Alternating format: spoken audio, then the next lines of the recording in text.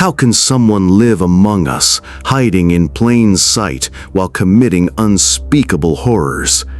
In this bone-chilling true crime compilation, we unravel the stories of serial killers who blended into society, only to reveal their monstrous nature in the most terrifying ways. From twisted motives to brutal murders, don't forget to like, share, and subscribe to our channel for more deep delves into true crime documentaries. Kenneth Alessio Bianchi was born on May 22, 1951, in Rochester, New York, to a 17-year-old prostitute who gave him up for adoption shortly after birth. Adopted by Nicholas and Frances Bianchi, Kenneth was the couple's only child. From a young age, Bianchi displayed troubling behavior, including compulsive lying and episodes of staring into space. He was diagnosed with petit mal seizures, which caused his eyes to roll back into his head during these moments. As Bianchi grew, so did his anger issues and signs of mental instability. He was prone to violent outbursts, insomnia, and bedwetting. At the age of 10, he was diagnosed with passive-aggressive personality disorder. Bianchi's early life was marked by academic failure and strained relationships.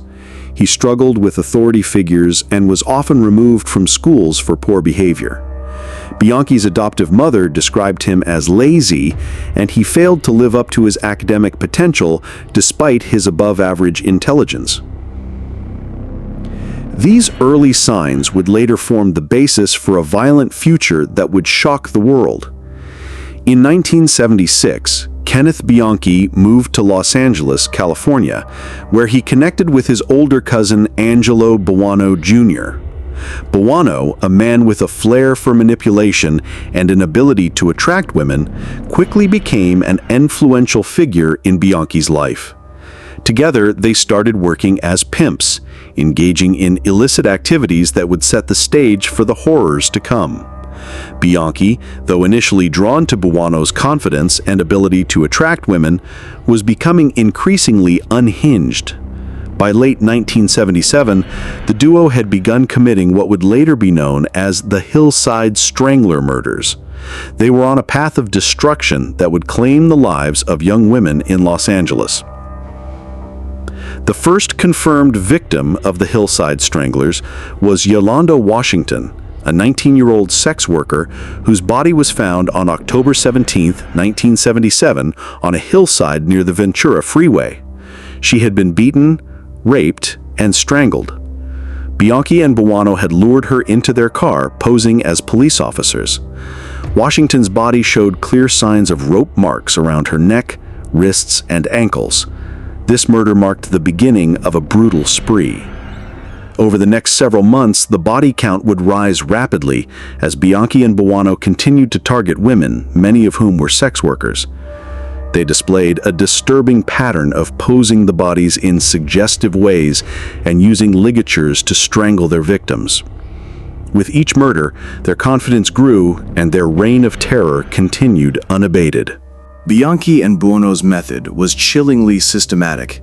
They would often pose as police officers, luring women into their vehicle by offering help or promising a ride. Once in the car, they would overpower the victim, abducting them to Buono's upholstery shop where the brutal torture and murder would take place. After killing their victims, they would dispose of their bodies on remote hillsides, posing them in sexually suggestive positions, often cleaning them before dumping them. The victims were usually strangled with a rope or other ligatures, but many also showed signs of sexual assault and torture. The methodical nature of their killings and their ability to manipulate and control their victims made them particularly dangerous. It wasn't until the death of several more women that investigators began to notice the disturbing similarities, though they struggled to connect the dots. The brutality of Bianchi and Buono's crimes only intensified as they continued their killing spree. The strangulation murders began to feature even more disturbing elements. For example, 20-year-old Christina Weckler, found on November 20, 1977, was injected with Windex cleaning fluid before being suffocated in an oven. The chilling escalation in the methods used by the stranglers shocked even the most hardened investigators. Another victim, 17-year-old Lauren Ray Wagner, was found with burn marks on her body, evidence that she had been tortured with an electrical cord. These gruesome acts highlighted the sadistic nature of Bianchi and Buono's crimes and led authorities to believe that the killer might be a police officer or someone with similar training, which made them even more dangerous. In 1979, Bianchi's killing spree came to an abrupt end when he was arrested for the murders of 2 women in Washington state. Unlike Buono, who remained in Los Angeles, Bianchi had moved to Bellingham, Washington, where his disturbing behavior persisted. The 2 final victims, Karen Mandick and Diane Wilder, were lured into a home where Bianchi worked as a security guard. Without Buono's guidance, Bianchi made several critical errors, leaving behind evidence that ultimately led to his capture. A routine background check linked Bianchi to the Strangler cases in Los Angeles, and investigators began to piece together his connection to the unsolved murders. Once in custody, Bianchi initially attempted to avoid responsibility by claiming that his crimes were committed by another personality, a defense that would later be debunked. Bianchi's arrest marked the beginning of the end for the Stranglers. During his trial, Bianchi's defense team attempted to argue that he was suffering from multiple personality disorder, or MPD, claiming that a personality named Steve Walker was responsible for the murders. This tactic was influenced by the 1976 film Sybil, which portrayed a woman with multiple personalities. However, forensic psychiatrists quickly disproved Bianchi's claim. Dr. Martin Orne, an expert on MPD, conducted tests to expose the ruse, eventually leading Bianchi to admit he had fabricated the disorder. Bianchi's behavior during these tests, such as interacting with an imaginary lawyer, was inconsistent with genuine cases of MPD. Bianchi eventually pleaded guilty to avoid the death penalty and was sentenced to life imprisonment in Washington state. His cousin, Angelo Buono, was also convicted and sentenced to life without parole. Kenneth Bianchi continues to serve his life sentence at the Washington State Penitentiary. Over the years, he has been denied parole multiple times, the most recent in 2025. His manipulative nature and efforts to gain sympathy have continued even in prison, where he has formed relationships with various women, including one, Veronica Compton, who tried to help him evade justice by attempting to frame a new victim for the Hillside Strangler murders. Bianchi's case remains a chilling example of the manipulation and brutality that can reside behind the facade of normalcy. The legacy of his crimes still haunts the families of his victims, and the Hillside Strangler murders remain a dark chapter in the history of Los Angeles crime. Though Bianchi's time behind bars continues, the horrific acts he committed will forever stain his name. The Brryley Brothers, Linwood, James, and Anthony, were raised in Richmond, Virginia, in the Highland Park neighborhood, but their upbringing was far from typical. Raised by their parents, James Sr. and Bertha, the 3 brothers showed early signs of deviance. Their father, the only figure they respected, kept his bedroom door locked at night, a possible sign of the dysfunction within the home. Linwood and James, the older brothers, were known for helping neighbors with simple tasks, but as they grew, their behavior darkened. They collected exotic pets, tarantulas, piranhas, boa constrictors, indicating a fascination with danger and death. By their teenage years, their world became increasingly chaotic after their parents split. This environment laid the foundation for what would become one of the most brutal crime sprees in Richmond's history. But it was Linwood, at just 16 years old, who would take the first step down a dark path, committing his first murder in 1971 when he shot and killed a neighbor, Orlean Christian, from his bedroom window. His violent tendencies had already emerged, leading him to be convicted of involuntary manslaughter and sent to a reformatory for just a year. Linwood's first taste of violence left a grim mark, and it would be only the beginning. After his brief stint in the reformatory, he and his younger brother James began to follow in their troubled footsteps. James, too, was involved in violent acts, including a police chase where he fired at officers. As they grew older, their violent tendencies escalated, and they began to enlist their younger brother Anthony in their schemes. By 1979, the Brryley Brothers, along with an accomplice named Duncan Eric Meekins, unleashed a 7-month-long killing spree that terrified Richmond. Their first attack occurred on March 12, 1979, when Linwood knocked on the door of the Butcher couple, claiming to have car trouble. What followed was a brutal home invasion. The couple was tied up, their house robbed, and doused with kerosene before being set on fire. The Butchers narrowly escaped with their lives, becoming the only survivors in a series of horrific crimes that would follow. The Brryleys were now in full force, committing random, cold-blooded murders that shook Richmond to its core. Over the next few months, they targeted a wide array of victims, including a vending machine serviceman, a 28-year-old drug dealer, and elderly individuals. Each murder was accompanied by robbery, and the brothers seemed to revel in the terror they caused. One of their most disturbing acts occurred on July 4, 1979, when they murdered 17-year-old Christopher Phillips. Phillips had been near Linwood's car, and the Brryleys suspected him of attempting to break into it. They dragged him into a nearby backyard, and when he screamed for help, Linwood crushed his skull with a cinder block. The brutal, senseless nature of these killings showed just how far the Brryleys had fallen into madness. Their spree became even more deadly when they murdered disc jockey John Gallagher in a nightclub and dumped his body in the James River. The Brryleys' violence was now unrestrained, and their next target would be even more personal. As the Brryley brothers' spree continued, their crimes grew more horrifying. On September 30th, 1979, the brothers followed 62-year-old private nurse Mary Wilfong home from her job. Once at her apartment, they beat her to death with a baseball bat and robbed her apartment. Neighbors heard her screams, and she was found still clutching her keys.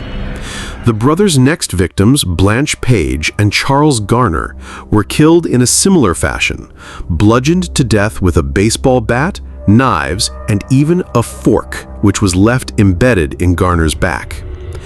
The brutality of these murders sent shockwaves through the city, and law enforcement struggled to find a connection between the killings. The Brryleys had crossed a line, no one was safe, and their acts of violence showed no sign of stopping. Their bloodlust intensified, and soon they would claim the lives of their closest associates, leading to even more gruesome acts. On October 19, 1979, the Brryley brothers committed their final murders, targeting the family of Harvey Wilkerson, a longtime friend. Harvey and his pregnant partner, Judy Diane Barton, along with her 5-year-old son, were brutalized in their home. Linwood and JB forced their way inside, overpowering the victims. Judy was raped within hearing distance of the others, and after the brothers ransacked the house, they executed them all. Harvey was shot in the head, while Judy and her son were also killed. The Brryleys' casual cruelty was apparent as they left the house without a second thought. The bodies weren't discovered until 3 days later, but the police had already been alerted by the brothers' frantic actions. The Brryleys had made a fatal mistake. They were seen running from the scene, and the hunt for them intensified. The end was near for the deadly trio. In May 1984, Linwood and James Brryley, now incarcerated on death row at the Mecklenburg Correctional Center, managed to escape in a coordinated effort with 4 other inmates. Their plan was to escape to Canada, where they hoped to start a new life, but their bid for freedom would not last. As they attempted to make their escape, they nearly killed guards and were thwarted by fellow inmates who prevented further violence. The Brryleys, along with the others, were eventually captured and returned to Virginia. The Brryleys' escape was brief, but it showed just how dangerous and desperate they had become. As their time on the run came to an end, the final chapter of their criminal lives was fast approaching. After their recapture, the Brryleys faced trial for their horrific crimes. Linwood and James were both convicted of multiple murders and sentenced to death. Despite their many crimes, Linwood and James continued to claim their innocence. Linwood's last meal before his execution consisted of grilled tenderloin steak, baked potatoes, and cake. His last words were, "I am innocent." James, executed a month later, smiled at his executioners and asked them, "Are you happy?" Their deaths were carried out in the electric chair, bringing an end to their reign of terror. The execution of the Brryley brothers marked a somber chapter in the history of Richmond, where their gruesome crimes would never be forgotten. Linwood and James Brryley's deaths did not bring peace to everyone. Their youngest brother, Anthony, was sentenced to life in prison for his involvement in the murders, although it was unclear whether he physically participated in the killings. Anthony has been denied parole multiple times and remains incarcerated. Duncan Meekins, the accomplice who helped the brothers during the killing spree, also received a life sentence, but provided key testimony against the Brryleys in exchange for a reduced sentence. The legacy of the Brryley brothers continues to haunt Richmond, Virginia, as their violent spree remains one of the city's most horrifying chapters. Though Linwood and JB are gone, their actions serve as a chilling reminder of the darkness that can fester within a family. If you're finding this case as chilling as we are, don't forget to like, subscribe, and hit the notification bell to stay updated on more true crime stories. Leave your thoughts in the comments. Frederick Jackson, born on July 11, 2004 in Little Rock, Arkansas, would go on to become one of the most infamous serial killers in the city's history. But Jackson's path toward violence started long before he took his first victim. Police records reveal that Jackson exhibited signs of aggression from a young age. Between 2015 and 2018, he was involved in numerous violent incidents, starting when he was just 11 years old.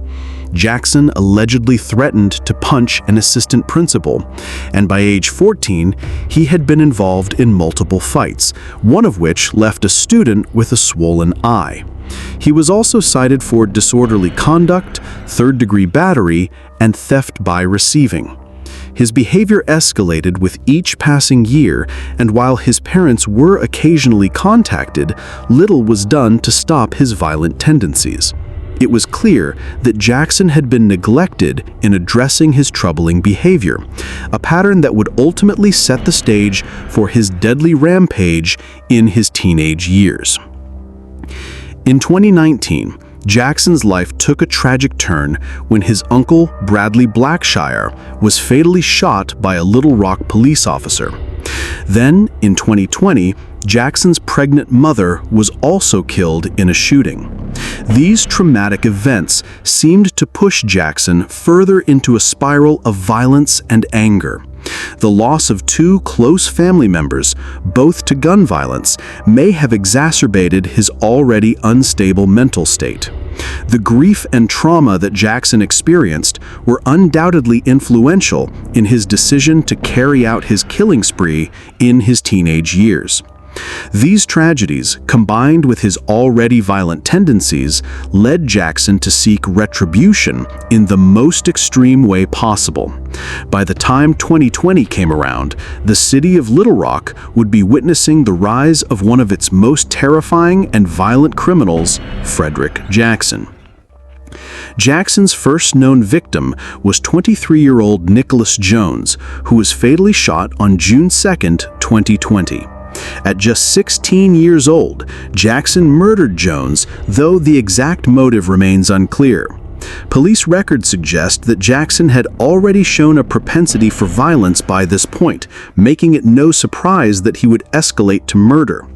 Jones' death marked the beginning of a killing spree that would continue over the next 2 years, with Jackson going on to claim the lives of several more victims.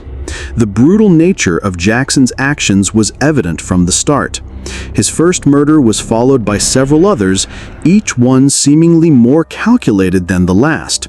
It became apparent that this was no random act of violence, but part of a disturbing pattern of deliberate killings that would haunt the Little Rock community.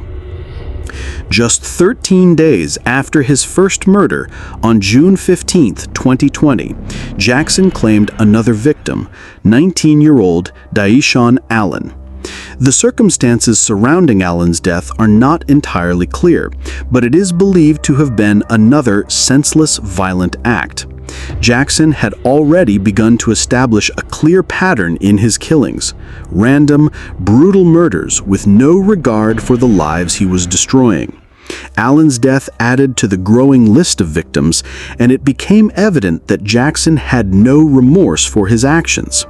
His spree seemed to be fueled by a deep anger, possibly stemming from the trauma of his personal losses and his unresolved emotional turmoil. The brutality of his actions was beginning to shock the city, and yet the young killer seemed to be unstoppable. On February 20, 2021, Jackson struck again, this time murdering 21-year-old Dante Stanley.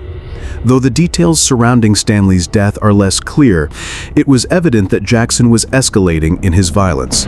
The brutality of his actions, coupled with his escalating disregard for life, marked a dangerous turn in his spree. By now, Jackson had crossed the threshold from impulsive violence to premeditated murder. He was not acting on spur-of-the-moment anger. Instead, he was actively seeking out victims, targeting them with increasing coldness. It was clear that his desire for violence had become something more than a mere outburst. It had turned into a relentless quest for destruction. The final known victim of Jackson's killing spree was 22-year-old Dolan Goff, who was shot and killed on April 7, 2022. Goff's murder was the fourth in Jackson's series of killings, and it would be the one that finally led to his capture. By now, the police were on high alert, and Jackson was increasingly desperate. His actions were no longer driven by impulse. Instead, he seemed to be more methodical in his approach to violence. Goff's death marked the end of Jackson's killing spree, but it was clear that the young serial killer was not finished. His capture soon followed, bringing an end to the reign of terror he had imposed on Little Rock. On April 12, 2022, Frederick Jackson was arrested for the murders of 4 individuals in Little Rock. During his interrogation, Jackson admitted to the killings and was charged with 4 counts of first-degree murder and 4 counts of possession of a firearm by a certain person. In January 2024, just 19 years old, Jackson pleaded guilty to all charges and was sentenced to 50 years in prison. Due to his age at the time of the crimes, Jackson's case was treated differently under Arkansas law. He will be eligible for parole after serving 25 years, with his first parole hearing set for 2047. Jackson's conviction brought some closure to the victims' families, but his sentence raised questions about how the justice system handles juvenile offenders who commit such heinous crimes. Jackson's crimes left a permanent scar on the Little Rock community. Mayor Frank Scott Jr. addressed the city board, stating that Jackson, at just 17 years old, was one of the most violent individuals in the city, and his actions had a profound impact on the public's perception of crime in the area. Jackson's case sparked debates about youth violence, the impact of trauma, and the justice system's handling of juvenile offenders. While Jackson's life of crime came to a tragic end, his story serves as a chilling reminder of the dangers that can arise from untreated emotional and psychological issues. Little Rock will never forget the teenage killer who left a trail of victims in his wake. If you're finding this case as chilling as we are, don't forget to like, subscribe, and hit the notification bell to stay updated on more true crime stories. Leave your thoughts in the comments. In the heart of California's Central Valley, a series of chilling murders unfolded between 2020 and 2022, casting a shadow over Fresno. Andrew Levi Hammond, a 28-year-old man from Coarsegold, was convicted of 3 separate shootings that claimed the lives of Fernando Gonzalez, Stephen Rice, and Brandon Munoz. Each murder occurred months apart, yet prosecutors argued they were linked by Hammond's violent tendencies and a pattern of escalating aggression. This case garnered significant attention due to its brutal nature and the subsequent trial that captivated the community. The first victim, 41-year-old Fernando Gonzalez, was shot and killed in September 2020. Witnesses reported a confrontation between Gonzalez and Hammond, leading to a violent altercation. According to testimony, Hammond approached Gonzalez's vehicle and shot him at close range. Despite efforts to save him, Gonzalez succumbed to his injuries. The prosecution presented evidence suggesting that Hammond's motive was rooted in a perceived disrespect, highlighting a pattern of behavior that would tragically continue. On October 21, 2022, Stephen Rice became Hammond's second victim. The incident occurred after a heated argument between the two men. Rice attempted to flee, but was pursued and shot multiple times. Witnesses described hearing several gunshots, with one recalling a sequence of 2 shots, a pause followed by 2 more, and another pause before the final shots. Rice's attempt to escape ended in tragedy as he collapsed in a neighbor's yard. Just days after the murder of Stephen Rice, Brandon Munoz was fatally shot on November 2, 2022. Munoz was found inside a residence on North Anna Street, having suffered a gunshot wound. A witness identified Hammond as the shooter, providing crucial testimony linking him to the crime. The prosecution argued that this murder, like the others, stemmed from Hammond's quick temper and readiness to resort to violence over perceived slights. Andrew Hammond's trial commenced in 2024, with the prosecution presenting a compelling case that linked all 3 murders. They argued that Hammond's actions were driven by a pattern of escalating violence and a propensity to kill when disrespected. The defense countered by claiming that Hammond acted in self-defense during each incident, suggesting that he felt threatened and responded accordingly. Despite these claims, the jury found Hammond guilty of all 3 murders. In June 2024, Hammond was sentenced to 3 consecutive life terms without the possibility of parole, plus an additional 75 years for enhancements related to the murders. The judge emphasized the brutal and senseless nature of the killings, noting that Hammond's actions had caused irreparable harm to the victims' families and the community. This sentence ensured that Hammond would spend the remainder of his life in prison, unable to harm others. Jeffrey Lionel Dahmer, born on May 21, 1960, in Milwaukee, Wisconsin, was the first of 2 sons born to Lionel and Joyce Dahmer. Early on, Dahmer's life was marked by emotional neglect. His father, a chemistry student turned research chemist, spent long hours away from home, while his mother, who struggled with depression and a hypochondriacal nature, demanded constant attention. As a child, Dahmer was described as energetic and happy, but that changed after a double hernia surgery at the age of 4. This marked the beginning of a deep isolation that would eventually manifest in disturbing behaviors. Dahmer's fascination with death began at a very young age when he witnessed his father remove animal bones from beneath their house. He became increasingly obsessed with animal bones, often collecting them and experimenting with preserving them in jars of formaldehyde. This fascination grew into a dangerous obsession as he began dissecting roadkill and later moved on to more sinister acts. Dahmer's early childhood, marked by instability and neglect, set the stage for the horrors that would unfold later in his life. Dahmer's disturbing fascination with death deepened during his adolescent years. In high school, he became a social outcast, spending much of his time drinking alcohol during the day and performing pranks that later became known as doing a Dahmer. These pranks involved simulating epileptic seizures and pretending to have cerebral palsy, behavior that earned him a reputation as the class clown. His isolation grew as he became more obsessed with fantasies of dominating and controlling submissive male partners. Dahmer's sexual fantasies, which began in his early teens, increasingly involved violence and dissection. At 16, he conceived a fantasy of rendering unconscious a jogger he found attractive and making sexual use of his body. This disturbing desire would eventually evolve into his first attempts at murder. In 1977, Dahmer's academic performance declined, and his parents' tumultuous divorce further compounded his emotional turmoil. His father, after discovering that Joyce had had an affair, moved out, leaving Dahmer to live alone in the family home. This period of loneliness and upheaval played a crucial role in Dahmer's growing fixation on death and control. Dahmer's violent tendencies reached a boiling point in 1978 when he committed his first murder at the age of 18. On June 18, 1978, Dahmer lured 18-year-old Stephen Hicks to his home, claiming to offer him a ride.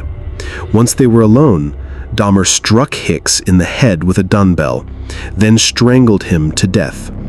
After the murder, Dahmer dismembered Hicks's body and kept his remains, preserving some of the bones as trophies. This murder marked the beginning of a horrifying spree that would last for over a decade. Dahmer's urge to kill was not merely about the act of murder, but the desire to keep control over his victims, a desire that would be expressed in the gruesome preservation and collection of their body parts. Dahmer's first victim, Stephen Hicks, would not be his last, but his death remained concealed in the shadows for several years as Dahmer continued his killing spree. After the murder of Stephen Hicks, Dahmer's killings took on a more depraved and ritualistic nature. His next victims were often young men he would approach in public places, offering them money or alcohol in exchange for their company. Dahmer would drug, strangle, and often sexually assault his victims before dismembering their bodies. His later murders involved acts of necrophilia and cannibalism. Dahmer would sometimes consume parts of his victims, such as their hearts, livers, and thighs, keeping body parts as souvenirs. His fascination with human remains grew stronger, and he began experimenting with ways to preserve his victims. Dahmer's apartment became a macabre shrine to his crimes, filled with human skulls, bones, and photographs of his dismembered victims. These grisly acts continued unchecked for years, with Dahmer methodically planning and executing his murders while evading capture. His desire to create a zombie-like state in his victims so that they would be completely submissive drove much of his behavior. Despite Dahmer's growing body count, his crimes went unnoticed for several years. His victims were often homeless men or young men of color, individuals whose disappearances went largely unnoticed. However, in 1991, Dahmer's killing spree came to an abrupt end when his last victim, 14-year-old Tracy Edwards, managed to escape. Edwards led police back to Dahmer's apartment, where they discovered photographs of dismembered bodies and human remains. Dahmer was arrested on July 22, 1991. And after a search of his apartment, investigators uncovered a horror show beyond anything they could have imagined. Police found the remains of at least 11 victims in various stages of decomposition. Dahmer's arrest finally brought his gruesome killing spree to an end, but it was the shocking nature of his crimes that would reverberate around the world. The investigation into Dahmer's crimes would reveal the full extent of his depravity, leading to one of the most notorious serial killer cases in history. Dahmer's trial began in 1992, and his defense team argued that he was not guilty by reason of insanity. citing his long history of mental illness, including borderline personality disorder and schizotypal personality disorder. However, the prosecution successfully argued that Dahmer was legally sane at the time of his murders. Dahmer's chilling confessions to the police, where he detailed his killings and the methods he used to lure, kill, and dismember his victims, sealed his fate.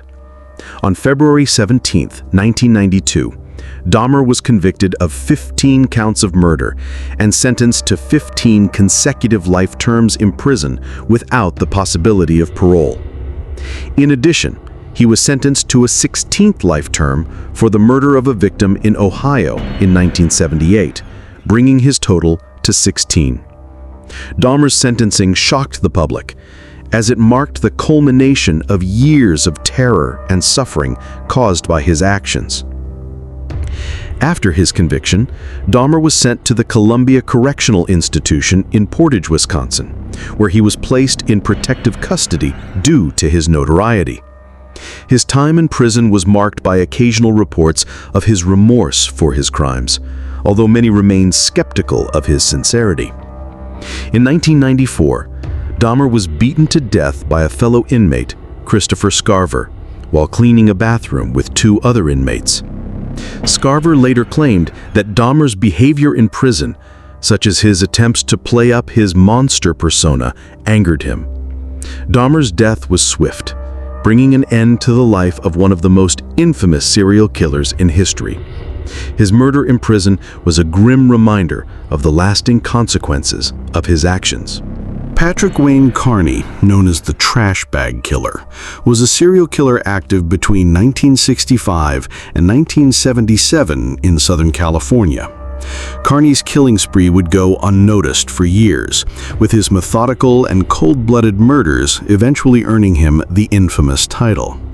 He was responsible for the deaths of at least 21 young men, many of whom were gay men, runaways, or hitchhikers. Kearney's unsettling habit of dismembering his victims and disposing of their remains in trash bags set him apart from other serial killers. His cold and calculated approach to murder shocked the public, as he meticulously evaded the authorities for over a decade before his capture. His case remains one of the most chilling examples of a serial killer who blended into society, only revealing his true nature after years of bloodshed. Born on September 24, 1939 in Los Angeles, California, Patrick Kearney's early life seemed relatively normal. He was an intelligent and quiet young man, with no apparent signs of the violence that would later define his life. Carney served in the United States Air Force during the late 1950s and early 1960s. After his service, he attended college and later worked as a civil engineer. Despite his outwardly stable life, Kearney harbored dark and disturbing sexual preferences. He reportedly had an attraction to young men, and he frequently visited gay bars.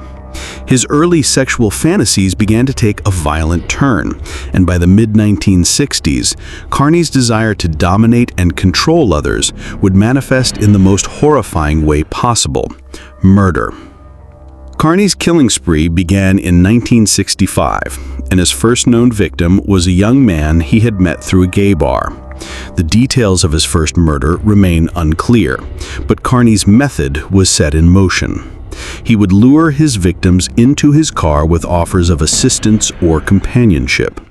Once in his car, he would overpower the victim, strangle them, and then take their body to a secluded location. There, he would dismember the victim, removing body parts and storing them in trash bags. He then discarded the remains in remote areas. His victims were often homeless men or young runaways, individuals who wouldn't be easily missed. Over the years, Kearney's method became more refined, and his body count began to climb. Kearney's victims were typically men in their late teens to early 20s, many of whom were gay men, runaways, or hitchhikers. His method of killing was deliberate. He would engage his victims with promises of companionship, money, or even a ride. After overpowering them, he would strangle them, often with a nylon cord.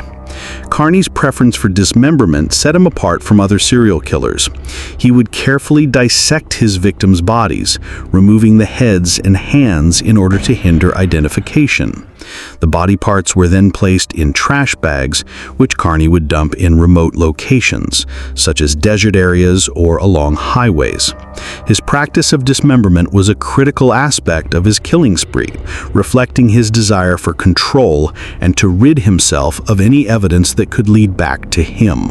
Patrick Carney's killing spree continued largely unnoticed until his final victim in 1977.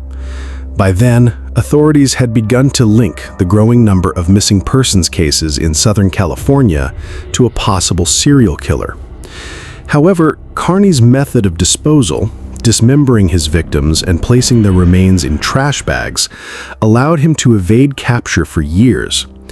The investigation into the murders took a breakthrough turn when Carney was caught after a previous lover became suspicious of his behavior and informed authorities.